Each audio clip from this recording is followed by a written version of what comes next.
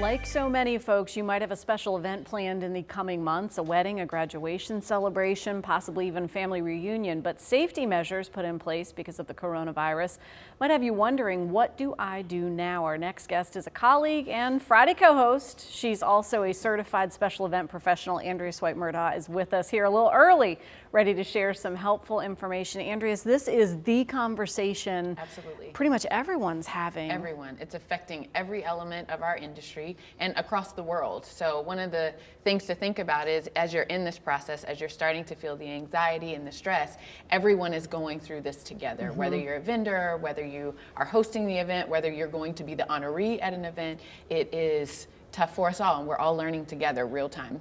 So if you're stuck right at the edge of the speed bump of you have an event on the horizon, is it time to go ahead and get over the speed bump and say, it's not really a wait and see, right? Like if it's a couple weeks out, we need to be proactive. Exactly. I mean, when you decide that you're having an event, you really are taking responsibility for the people who are going to be attending. So at this point, we have to look at all of these different regulations that are in place to make sure that, number one, you're following them, and that also your vendors are following them, but two, that you're making sure that that you're putting in practices in place that are going to keep everyone safe. So in some cases, that means you do need to forego that event at this particular time.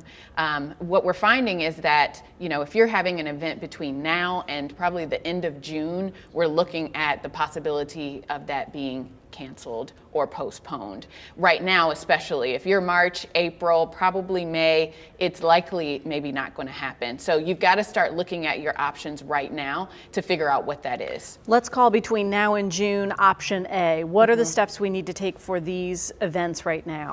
Your contracts and your insurance policies are going to be your first line of defense. So looking at those to determine, does this cover you? In the past, there hasn't really been a clause that covers a pandemic, right? So an act of God doesn't necessarily say pandemic in it. In that case, though, you've got to see, based on the regulations that are taking place in your community, does that help you? So, for example, if your force majeure clause includes an act of government or government regulation, then you might be okay. But in some cases, in most cases, the vendors and those that you're working with are being lenient because they're learning and their policies don't cover it either. The second part of that is starting to communicate with everyone. What are our options? What other dates might be available? And understand that in some cases, those dates are going to be way far out. As Nikki D was saying, her cousin's wedding is going to be next year as opposed to this year. So just understanding that in the process, you may not have the most optimal situation. Of course, I had a bride who was getting married this Saturday, and we're having to move that several months from now. But at least we're keeping people safe, and we're maintaining, hopefully, those deposits and the funds that have already been paid. And a key phraseology you put on our radar a couple of days ago was the difference between canceling and postponing. Right. So if you've already scheduled and if you've already paid money, if you say the word cancel, most likely you're going to lose some deposits or monies that you've paid over and above your deposit. So when you say postpone, we're looking for another date, and we're hoping that we're taking everything that we've planned and moving it to a different date. So that also hopefully keeps you from having to find new vendors, make new plans. We're just shifting to a different date. So we always want to look at that before we cancel. If you have to cancel later on down the line, then we may have to go that route. You might also want to consider the idea of somehow celebrating without the actual event. I think so many individuals, groups, or businesses and nonprofits have other events that will be in that kind of option B category, right? That come after June, between June and the end of the year.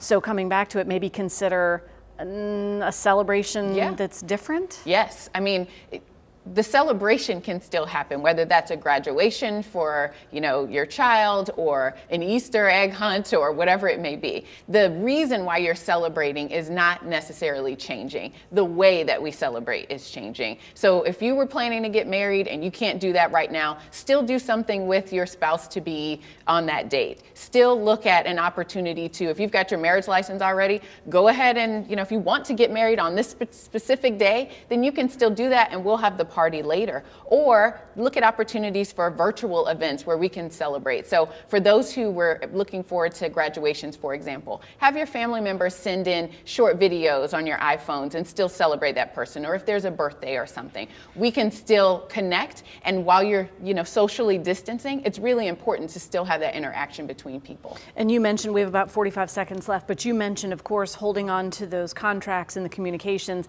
I think now more than ever, that's probably particularly key, especially as things are evolving, because there's going to be so many details that are changing. Right. We talked this morning about flights changing, hotels changing, all of these things. Yeah, understand that all those emails you've been getting, people are announcing what they're doing and what their plans are. So read those, keep track of them, understand as it relates to flights, hotels, they're all trying to be as flexible as possible. So look at what they're doing on their websites and try to figure out how that might apply to you.